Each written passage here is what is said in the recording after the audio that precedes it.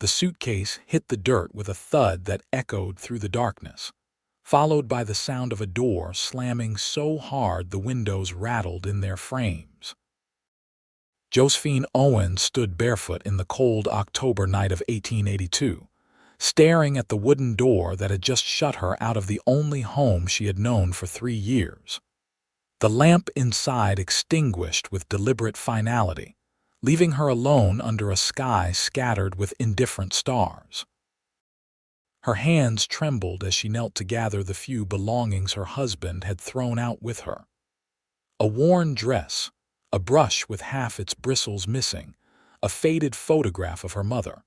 Nothing of real value, nothing that could buy her passage anywhere or even a hot meal.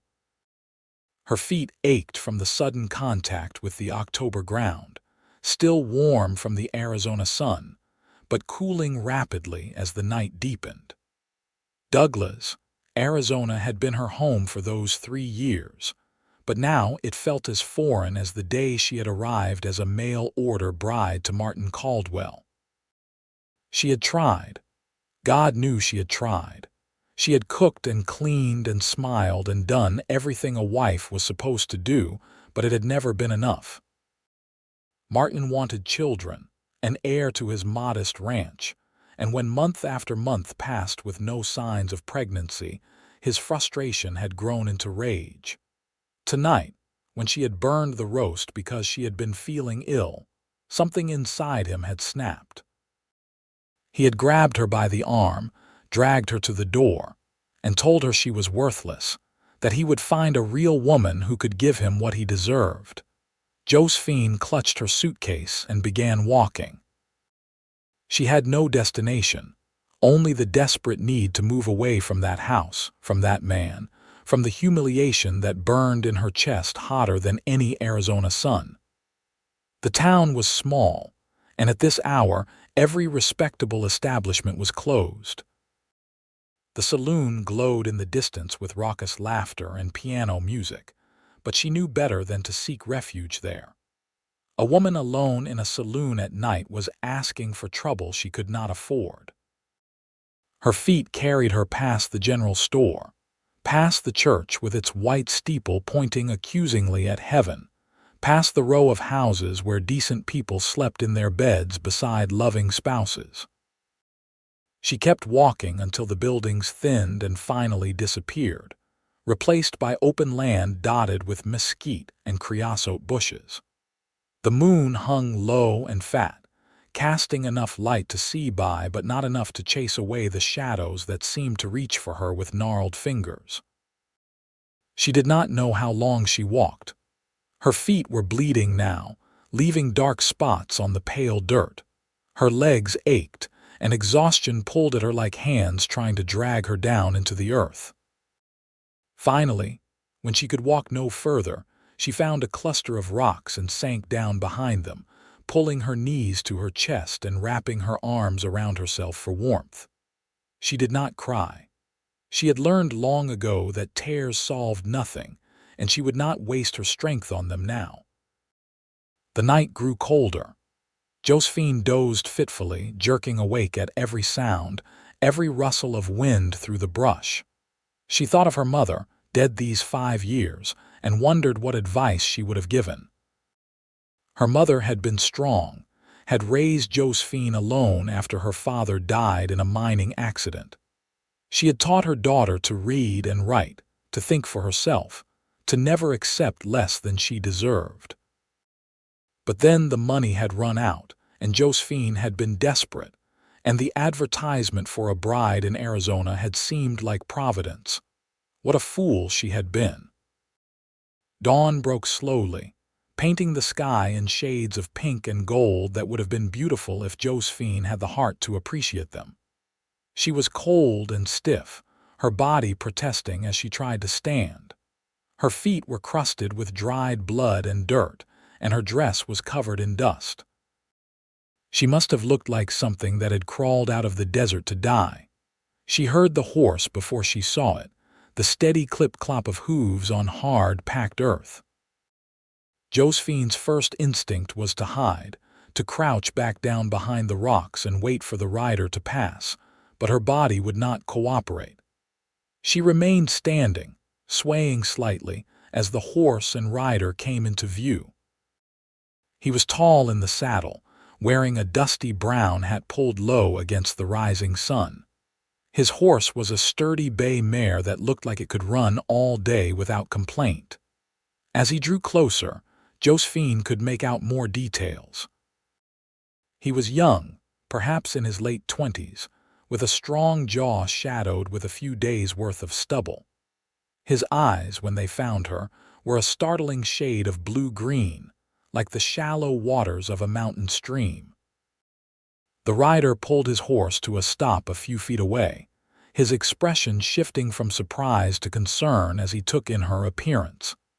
He dismounted slowly, as if approaching a frightened animal, and removed his hat in a gesture of respect. "Madam," he said, his voice deep and rough from disuse, "are you all right?" Josephine wanted to laugh at the absurdity of the question but found she did not have the energy. "Do I look all right?" she asked, her voice coming out hoarse and cracked. He had the decency not to answer that. Instead, he took a step closer, his eyes moving from her torn feet to her dusty dress to her tangled dark hair. "What happened? Were you thrown from a horse? Is there someone I should fetch?" "No," Josephine said quickly, too quickly. She swayed again, and suddenly he was there, his hand on her elbow steadying her. His touch was surprisingly gentle for a man with such calloused hands. "When did you last eat?" he asked. Josephine tried to remember. "Yesterday, the day before." Time had become strange and elastic in her misery. "I do not recall," she admitted. The cowboy nodded as if this confirmed something he had suspected. "I've got an extra room," he said simply. "At my place, about 2 miles from here. You look like you could use a hot meal and a place to rest." Josephine stiffened, pulling away from his touch. "I am not that kind of woman," she said, her voice gaining strength from indignation. His eyebrows rose. "I did not suggest you were, madam. I have got a spare room with a door that locks from the inside. I have got food. I have got a well with clean water. That is all I am offering." She wanted to refuse, to tell him she did not need his charity, but her body betrayed her with a loud growl from her stomach. Heat flooded her cheeks, but the cowboy pretended not to notice. "My name is Daniel Crane," he said. "I run a small horse ranch about 2 miles west of here. I am not going to hurt you, and I am not asking for anything in return. But I cannot in good conscience leave a woman bleeding and starving out here in the desert." Josephine studied his face, looking for any sign of deception or ulterior motive. She had learned to read men in her 3 years with Martin, to spot the warning signs before the rage exploded. But Daniel Crane's eyes were steady and honest, and there was something in the set of his shoulders that spoke of genuine concern rather than predatory interest. "Josephine Owens," she said finally, "and I would appreciate a place to rest, Mr. Crane." He smiled then, a small crooked thing that transformed his serious face. "Daniel is fine," he said. "Can you ride?" Josephine nodded, though in truth she was not sure. She had ridden before, but never in her current state of exhaustion. Daniel seemed to sense her uncertainty because he picked up her battered suitcase with one hand and then offered her the other. "Let me help you up," he said. "We will take it slow." He mounted first, then reached down and lifted her up behind him with surprising ease. Josephine wrapped her arms around his waist, trying to ignore how solid and warm he felt, how safe it seemed to lean against his broad back. The horse began to walk at a gentle pace, and Josephine let her eyes drift closed, lulled by the steady rhythm of the mare's gait. She must have dozed because the next thing she knew, Daniel was calling her name softly. "Miss Owens, Josephine, we are here." She opened her eyes to see a modest but well-maintained ranch house with a barn and several corrals. Horses grazed in a nearby pasture, their coats gleaming in the morning sun. Everything looked clean and orderly, from the neat fence posts to the swept porch.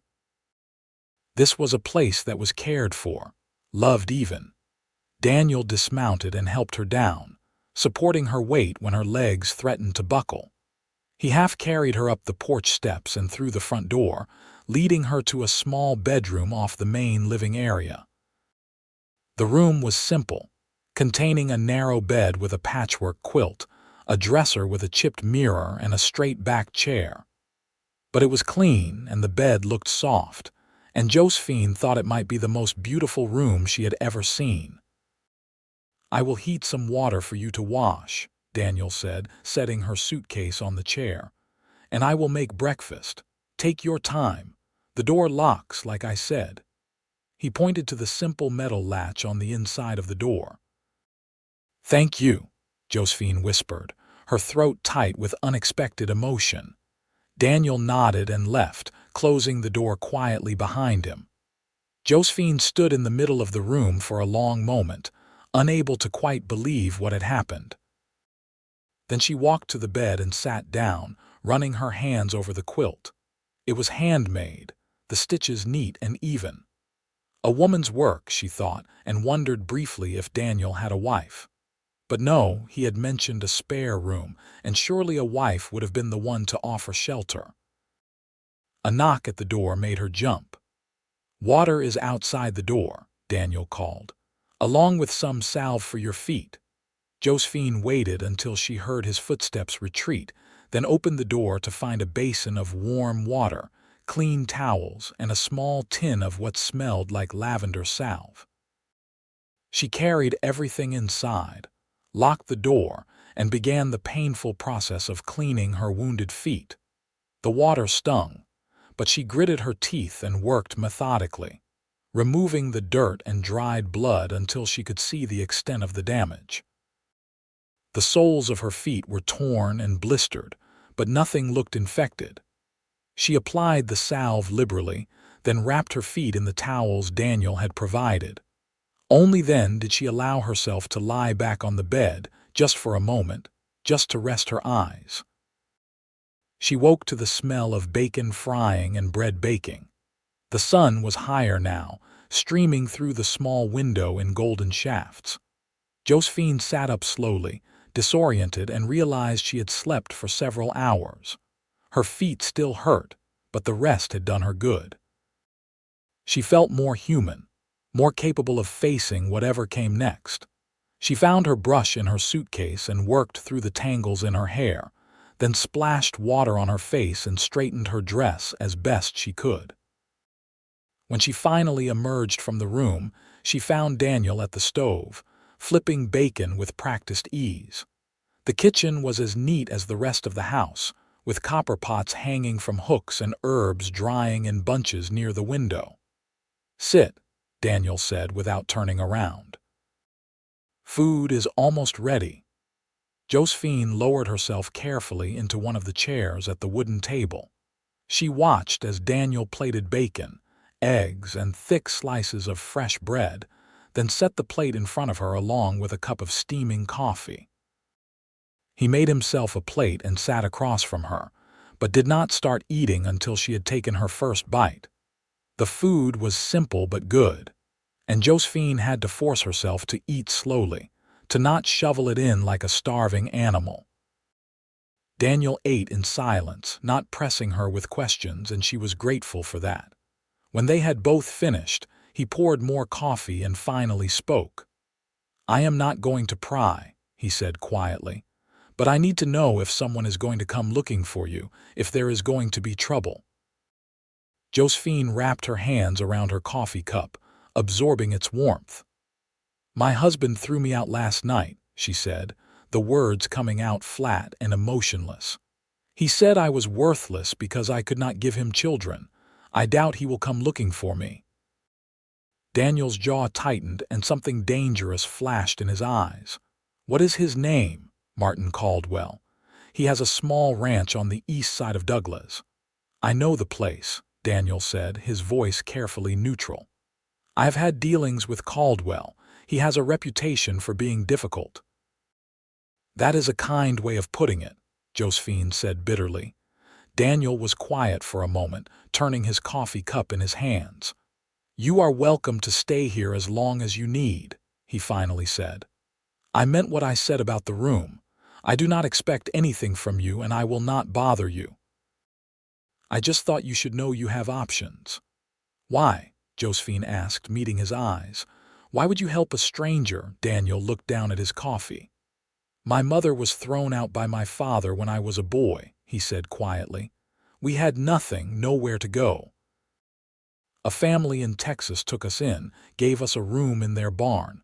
They did not have to, but they did, and it saved our lives. My mother always said that kindness should be repaid by showing kindness to others." He looked up, and his eyes were sad. "She died 2 years ago, fever. But I try to live by what she taught me."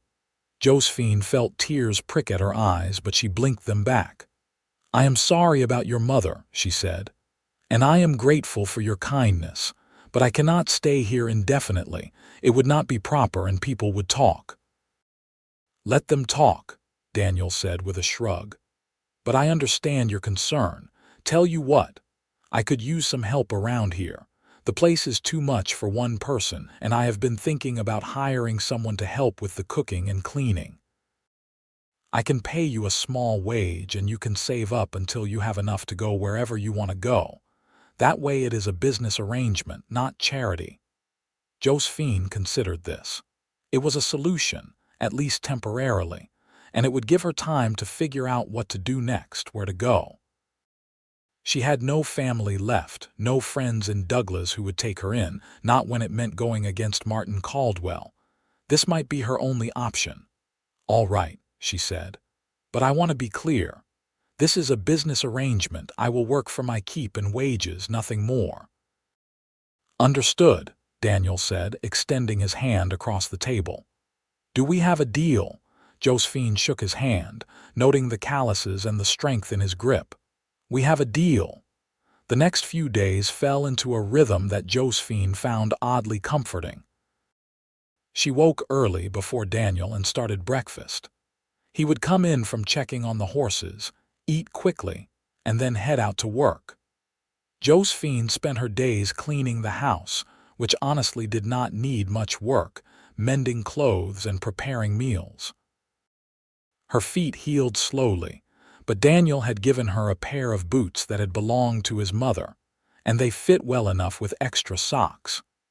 In the evenings, they would sit on the porch and watch the sun set over the desert, painting the sky in impossible shades of orange and purple and red.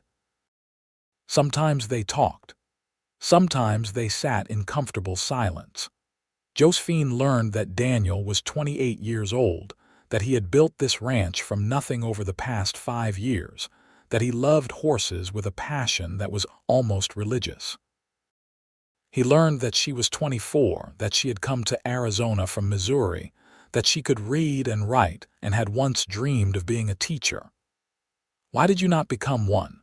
Daniel asked one evening, his boots propped up on the porch railing. Josephine was quiet for a moment, watching a hawk circle lazily overhead. "Money," she said simply. "After my mother died, I had nothing. The house was rented and I could not afford to keep it. I had to find a way to survive, and answering that advertisement for a bride seemed like the safest option." She laughed without humor. "Shows what I know." "You could still teach," Daniel said. "Douglas could use a school teacher. The children around here are growing up without proper education." "I have no credentials," Josephine pointed out. "And I am a woman who left her husband. Who would trust me with their children?" "More people than you think," Daniel said. "But I understand if you are not ready for that." They fell silent again, and Josephine found herself studying Daniel's profile in the fading light. He was handsome, she supposed, though not in the polished way Martin had been when she first met him. Daniel's attractiveness came from something deeper, from the steadiness in his eyes and the gentle way he handled his horses and the quiet respect he showed her. She caught herself having these thoughts and immediately pushed them away. She was still married, technically, and she had no business thinking about another man, especially not one who had been so kind to her. But over the following weeks, it became harder to ignore the way her heart sped up when Daniel smiled at her, or the way she found excuses to bring him water when he was working with the horses, or the way she looked forward to their evening conversations more than anything else in her day. One afternoon, about 6 weeks after she had arrived, Josephine was hanging laundry on the line behind the house when she heard the sound of horses approaching. She froze, a sheet clutched in her hands, as 3 men rode into the yard. Her stomach dropped when she recognized the man in the lead. Martin Caldwell sat astride a black gelding, his face red with anger even from a distance. The 2 men with him were ranch hands she vaguely recognized, both armed with rifles across their saddles. Josephine dropped the sheet and ran toward the barn where Daniel was working with a young mare. "Daniel," she called, trying to keep the panic out of her voice. "We have visitors." Daniel looked up from the horse's hoof he had been examining and immediately read the fear in her face. He set the hoof down gently, grabbed his hat, and walked out to meet the men. Josephine followed, staying slightly behind him but refusing to hide. "Caldwell," Daniel said evenly, stopping a few feet from the mounted men. "What can I do for you? You can hand over my wife," Martin said, his voice tight with barely controlled rage. "I know she is here. I have had people watching your place." "Your wife," Daniel said, his tone mild but his body tense. "I was not aware that you still considered her your wife, seeing as you threw her out in the middle of the night without so much as shoes on her feet." Martin's face darkened. "What happens between a man and his wife is none of your business, Crane. She belongs to me and I want her back." "I belong to no one," Josephine said, stepping out from behind Daniel. Her voice shook, but she forced herself to stand tall. "You made it very clear that I was worthless to you, Martin. You threw me out. You ended our marriage when you did that." "A marriage does not end just because a woman walks away," Martin spat. "We took vows. You are still my wife in the eyes of God and the law." "Then maybe you should have thought of that before you turned her out like a dog," Daniel said, his voice still calm but with an edge of steel beneath it. "She is working for me now, as an employee, and she is under my protection." Martin laughed, but there was no humor in it. "Your protection? You think I am afraid of you, Crane. You think your reputation with horses makes you some kind of gunfighter. I think you should turn around and leave," Daniel said, "before you do something you will regret." "I am not leaving without my wife." "Then I guess you are not leaving," Daniel said, "because she is staying here." One of the ranch hands shifted in his saddle, his hand moving toward his rifle. Daniel saw the movement and his entire body changed, becoming perfectly still in the way of a predator about to strike.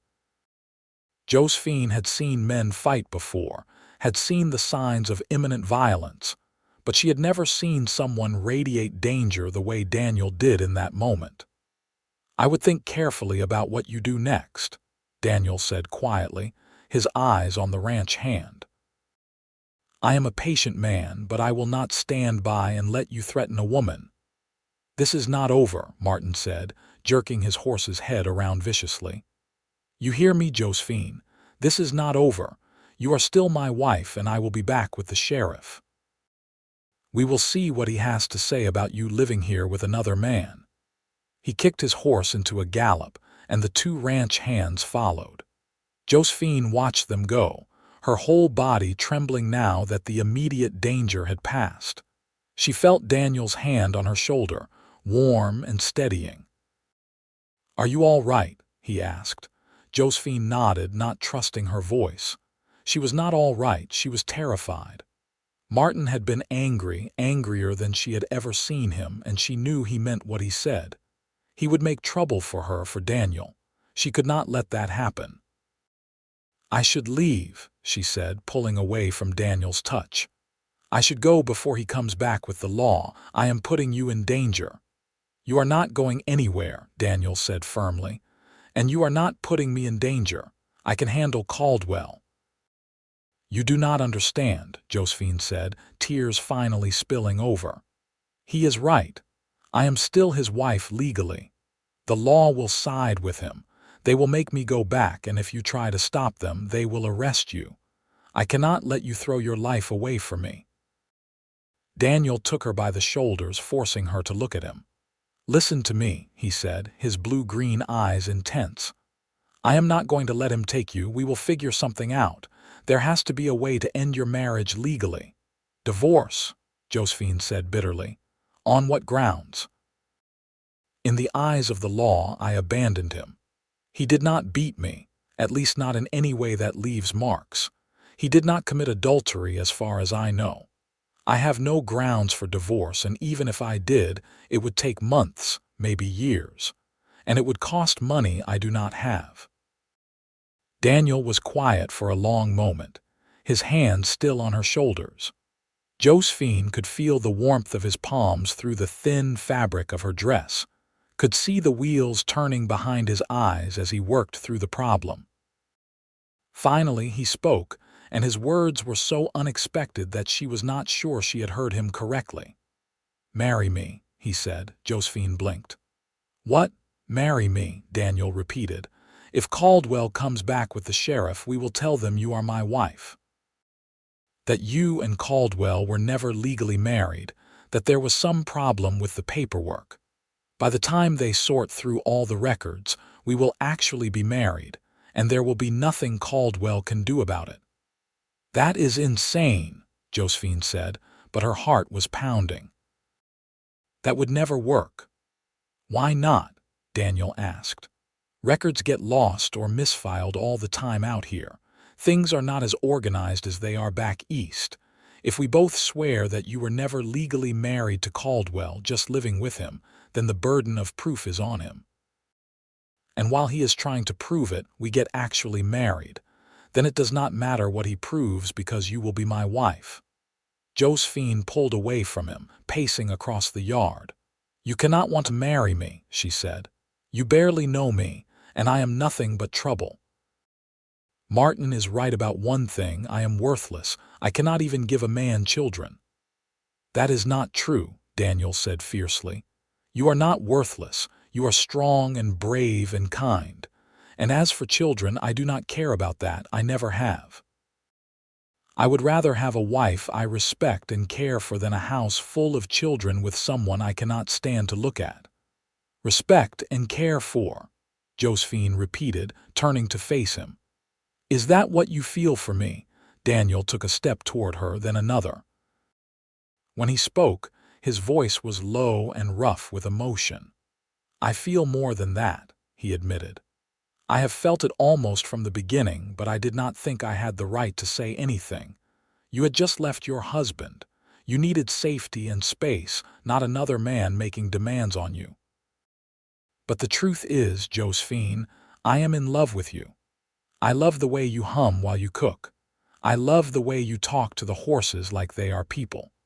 I love your strength and your stubbornness and the way you never give up.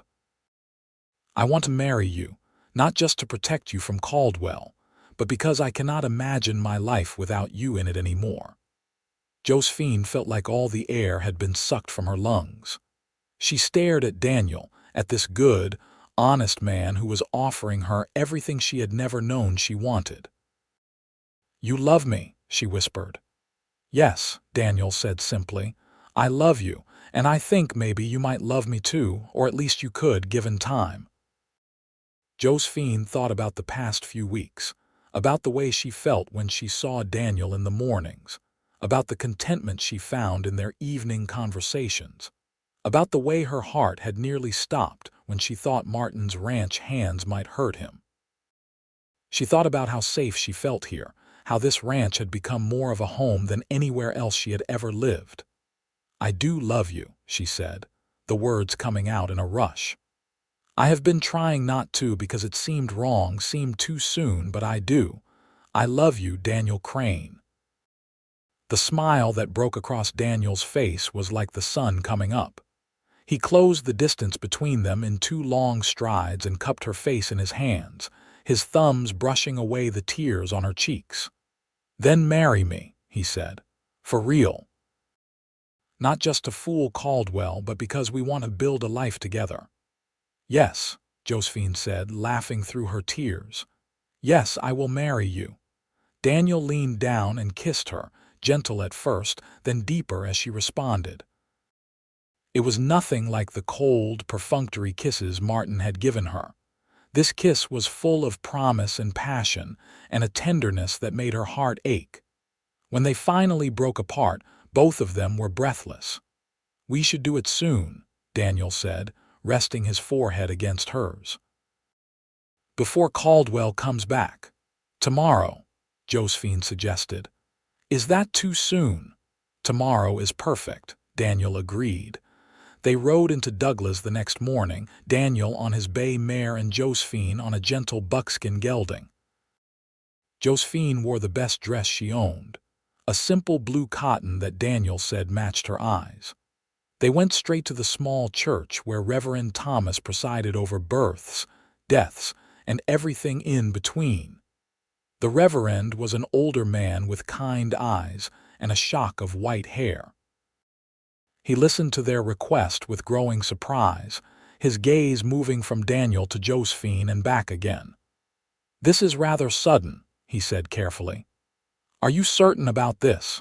"We are certain," Daniel said firmly, his hand finding Josephine's and squeezing it. "We would like to be married today, if possible." Reverend Thomas studied them for a long moment, then nodded slowly. "Very well. I will need to fetch witnesses. And I will need to ask you some questions, miss, to ensure this is truly what you want." He asked Daniel to wait outside, then turned to Josephine with a serious expression. "Are you being coerced into this marriage?" he asked bluntly. "Is Mr. Crane threatening you or forcing you in any way?" "No," Josephine said quickly. "I want this. I want to marry him." "What about Martin Caldwell?" the Reverend asked. "There are rumors in town about your marriage to him, about what happened." Josephine took a deep breath. "Martin and I were never legally married," she lied, hating the taste of the words but knowing it was necessary. "There was a problem with the paperwork. I did not discover it until recently. When I told Martin, he became angry and threw me out. Daniel took me in and gave me work, and we fell in love. It was close enough to the truth that she could almost believe it herself." The Reverend watched her face carefully, looking for any sign of deception. Finally, he nodded. "All right," he said. "I will perform the ceremony. But understand this, Miss Owens. Marriage is a sacred bond not to be entered into lightly. If you have doubts, speak now." "I have no doubts," Josephine said, and realized it was true. Whatever doubts she might have had about the timing or the circumstances, she had none about Daniel himself. She loved him, and she wanted to spend her life with him. The ceremony was simple. The Reverend called in his housekeeper and the church custodian to serve as witnesses.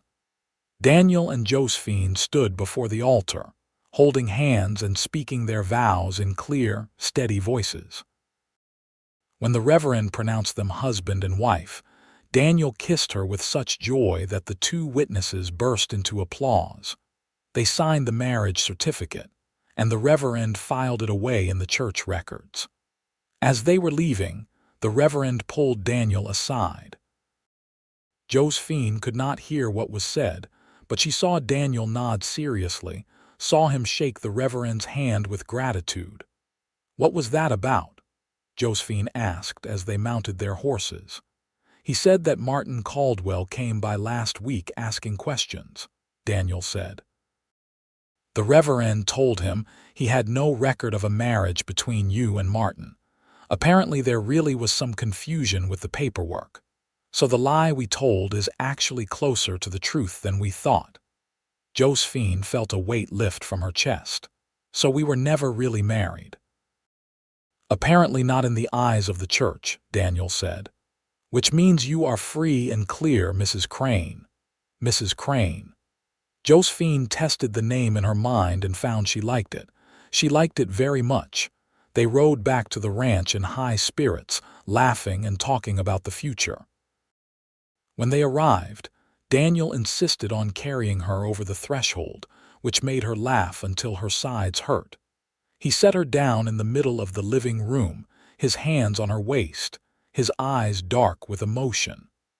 "I know this is not how you imagined your wedding day," he said softly. "No fancy dress, no big celebration, but I promise you, Josephine, I am going to spend the rest of my life making you happy." "You already do," Josephine said, reaching up to touch his face. "Every single day you make me happy." They came together in a kiss that quickly deepened into something more urgent. Daniel pulled back, his breathing ragged. "Are you sure?" he asked. "We can wait.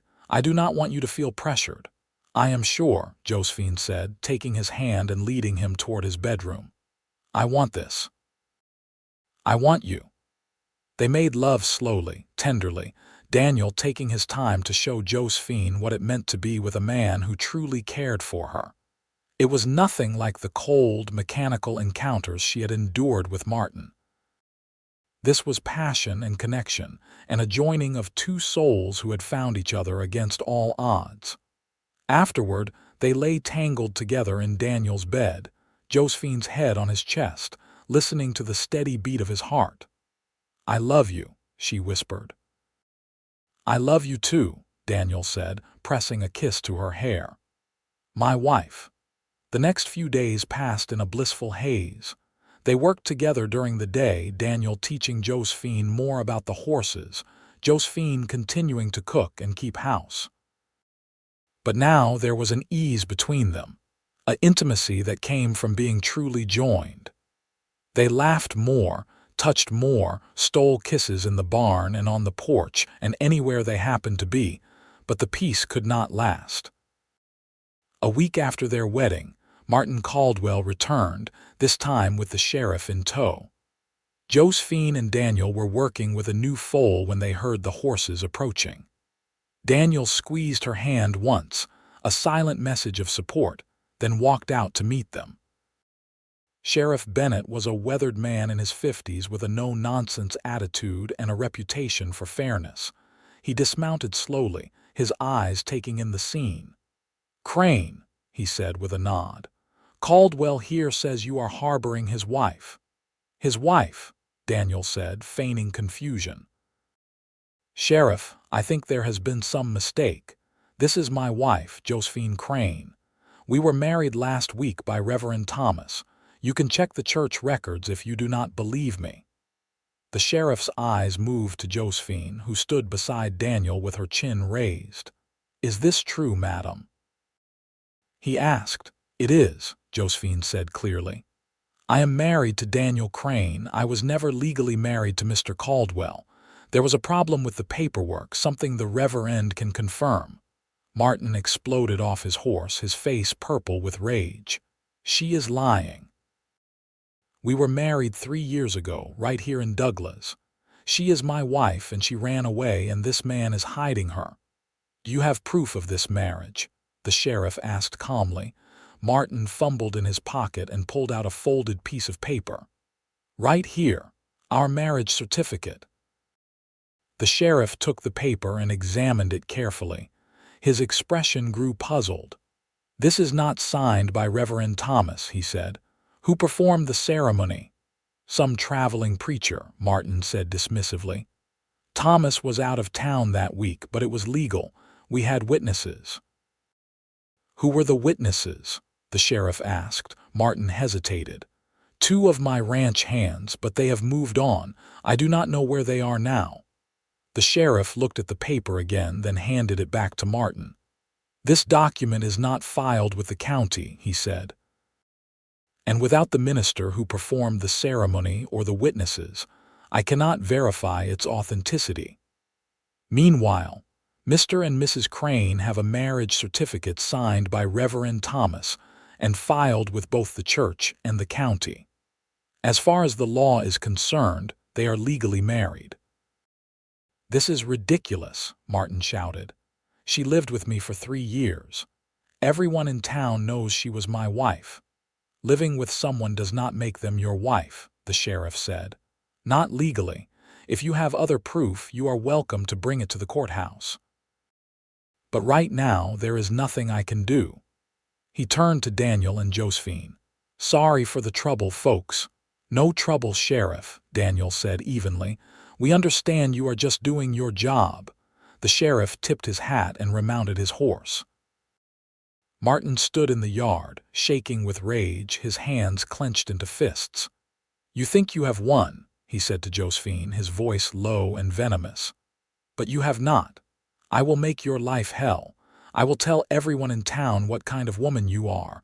No one will want anything to do with you. Then I guess it is a good thing I have everything I need right here, Josephine said, moving closer to Daniel. You can say whatever you want, Martin. I am done letting you control my life. Martin stared at her for a long moment, then spat in the dirt at her feet. He mounted his horse and rode away without another word, leaving Josephine and Daniel standing in the yard. Josephine waited until he was out of sight, then let out a breath she did not realize she had been holding. It is over, she said, turning to Daniel. It is really over. It is, Daniel agreed, pulling her into his arms. You are free. We are free. They held each other as the sun climbed higher in the sky, warming their faces, painting the desert in shades of gold.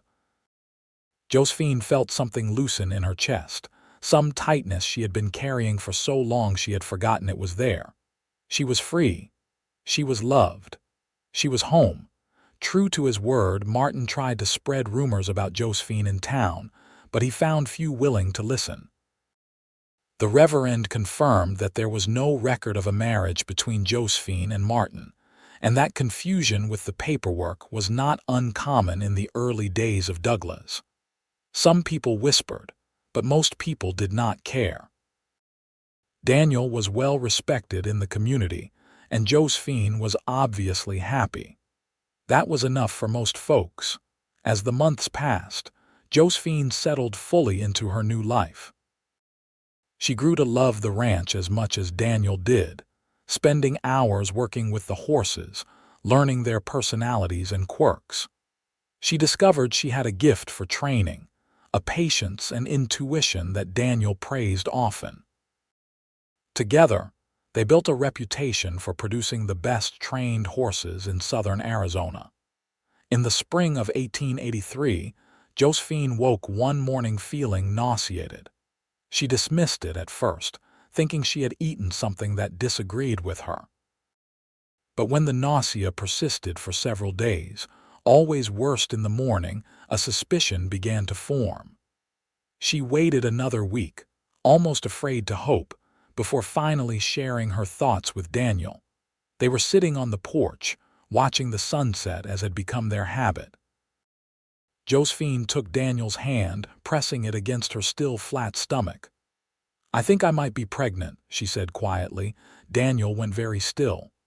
Are you sure? He asked, his voice rough with emotion. Not completely, Josephine admitted, but all the signs are there. I have been sick in the mornings and I am late and I just feel different. Daniel pulled her into his lap, holding her close. How do you feel about it? He asked. I know you thought you could not have children. Terrified, Josephine admitted, but also happy.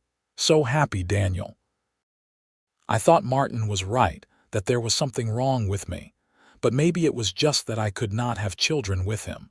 Maybe it had to be with someone I truly loved. We are going to have a baby, Daniel said wonderingly. We are going to be parents. They sat together as the last light faded from the sky, talking quietly about names and cribs and all the ways their lives were about to change. Josephine felt a contentment so profound it brought tears to her eyes. This was everything she had never known she wanted, everything she had stopped believing she deserved. The pregnancy progressed smoothly. Josephine continued to work on the ranch, though Daniel fussed over her constantly, insisting she not lift anything heavy or work too hard. She tolerated his protectiveness with good humor, knowing it came from love. As her belly grew, so did their excitement. They spent evenings working on the small bedroom next to theirs, Daniel building a cradle while Josephine sewed blankets and tiny clothes. In late November, Josephine went into labor. Daniel rode to town and brought back the midwife, a capable woman named Mrs. Henderson, who had delivered half the babies in Douglas. The labor was long and difficult, and there were moments when Daniel paced the living room in terror, listening to Josephine's cries of pain. But finally, just as the sun was rising, Mrs. Henderson emerged with a smile. "You have a son," she said. "A big, healthy boy." Daniel rushed into the bedroom to find Josephine propped up against the pillows, exhausted but glowing, holding a red-faced infant in her arms. The baby had a shock of dark hair and was wailing lustily, his tiny fists waving in the air. "Daniel, meet your son," Josephine said softly. "Meet James." Daniel sat on the edge of the bed and touched his son's tiny hand, marveling when the baby's fingers curled around his thumb. "James," he repeated. "James Crane. It is perfect." "He has your eyes," Josephine said, though in truth all newborns had blue eyes. But Daniel did not correct her. He just sat there, looking at his wife and son, feeling like the luckiest man alive. The next few months were a blur of sleepless nights and endless feedings. James proved to be a demanding baby, but neither Daniel nor Josephine minded. They took turns walking him when he cried, singing lullabies and telling stories. Daniel was a natural father, patient and gentle, and Josephine fell in love with him all over again watching him with their son. As James grew, he showed signs of having his father's love for horses. Before he could even walk properly, he would reach for the horses whenever they rode past the corrals, making happy sounds. Daniel started taking him out to the barn, letting him pet the gentlest horses under careful supervision. Josephine would watch from the house, her heart full, thinking about how far she had come from that terrible night when she had been thrown out with nothing. Years passed in a rhythm of work and love and growth. James grew into a sturdy boy with his father's eyes and his mother's determination. When he was 3, Josephine discovered she was pregnant again. This time, the pregnancy was easier, and in the spring of 1887, she gave birth to a daughter they named Catherine. Katie, as they called her, was a serious baby with solemn eyes who rarely cried but observed everything with an intensity that was almost comical. 2 more children followed in the coming years, another son named Robert and a daughter named Sarah. The little house that Daniel had built for one grew crowded with love and laughter. They expanded, adding rooms as needed, turning the ranch into a true family home. One evening, when James was 10 and the youngest, Sarah, was just learning to walk, Josephine stood on the porch watching her family. Daniel was teaching James to rope a fence post, offering gentle corrections and praise.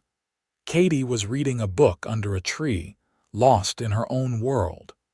Robert was chasing chickens, much to their indignation, while Sarah toddled after him on unsteady legs, giggling.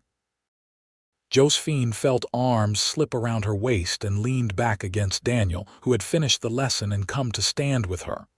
"What are you thinking about?" he asked, his breath warm against her ear. "I am thinking about that night," Josephine said, "when you found me at dawn. When you said you had an extra room." "Best decision I ever made," Daniel said, "bringing you home with me." "Best decision I ever made was saying yes," Josephine replied. She turned in his arms to face him. "Do you ever regret it, taking in a stranger, all the trouble I brought into your life?" "Not for a single second," Daniel said firmly. "You and the children are the best thing that ever happened to me. I was just existing before, going through the motions. You made me live, Josephine. You gave me a reason to build something lasting, something worth passing on to our children." "I love you," Josephine said, reaching up to kiss him. "I will love you until the day I die." "And I will love you longer than that," Daniel replied. "I will love you into whatever comes after." They stood together as the sun set over their ranch, over the life they had built from ashes and hope. In the distance, the desert stretched out in all directions, vast and unforgiving, but here, in this small oasis they had created, there was only love and family and home. More years passed. The children grew and eventually struck out on their own. James took over the ranch, having inherited his father's skill with horses. Katie became a teacher, finally fulfilling the dream Josephine had once had for herself. Robert went east to study law, returning years later to open a practice in Douglas. Sarah married a rancher from across the border and gave Josephine and Daniel their first grandchildren. Daniel and Josephine grew old together, their hair turning gray, their hands becoming gnarled with arthritis, but their love never diminished. They still sat on the porch every evening, still talked about their day, still reached for each other in the night. They watched their grandchildren play in the yard where their own children had once played, and they knew they had built something that would last long after they were gone. On a warm October evening in 1912, 30 years almost to the day after Josephine had been thrown out into the night, she and Daniel sat on their porch. They were both in their 60s now, slowed by age but still sharp of mind. James and his wife were inside with their 3 children, the sounds of family dinner preparation drifting through the open windows. "You remember," Josephine said, taking Daniel's hand, "when you asked me why I agreed to come home with you that morning?" "I remember," Daniel said. "You were so suspicious, so afraid I had ulterior motives." "I had lost everything," Josephine said. "My home, my dignity, my hope. And then this cowboy appeared out of the dawn like something from a dream and offered me a room." "An extra room," you said, as if it was the most natural thing in the world to take in a stranger. "It was the most natural thing in the world," Daniel said. "I saw someone who needed help and I had help to give. Simple as that." "Nothing about us has been simple," Josephine said with a laugh. "But it has been wonderful. Every moment, even the hard ones, has been wonderful." "We built a good life," Daniel agreed. "We raised good children, we loved each other well." "We did," Josephine said. "We really did." They sat in comfortable silence, as the sun painted the sky in the colors Josephine had learned to love. The oranges and purples and reds that marked the end of day in the Arizona desert. Inside, their granddaughter was singing and their grandson was arguing about whose turn it was to set the table, and their son was laughing at something his wife had said. The sounds of family, of continuity, of love persisting through generations. No regrets. Daniel asked softly the same question Josephine had asked him all those years ago. "Not a single one," Josephine replied. "You saved my life that morning, Daniel Crane, and then you made it worth living." "We saved each other," Daniel corrected. "I was just existing before you. You made me want to build something lasting, something beautiful. You gave my life meaning." They leaned against each other, 2 people who had found each other in the most unlikely of circumstances and had chosen, every day, to keep choosing each other. The desert wind blew soft and warm, carrying the scent of sage and horse and home. Inside, someone called them for dinner, but they took another moment, just the 2 of them, to watch the last light fade from the sky.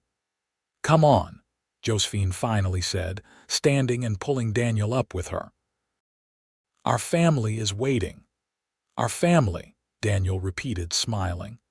"I never get tired of saying that." They walked inside together, hand in hand, to the home they had built, to the family they had created, to the life that had bloomed from a single act of kindness on a cold October dawn. Outside, the stars began to appear one by one, the same stars that had witnessed a woman's despair and a man's compassion, now bearing witness to the beautiful life that had grown from that chance meeting. And if the stars could speak, they would have told of two souls who found each other when all seemed lost, who chose love over fear, who built a legacy not of wealth or fame but of kindness and family and enduring devotion. They would have told the story of how a cowboy found a woman at dawn and offered an extra room, never knowing that in doing so, he was offering her the world. The end.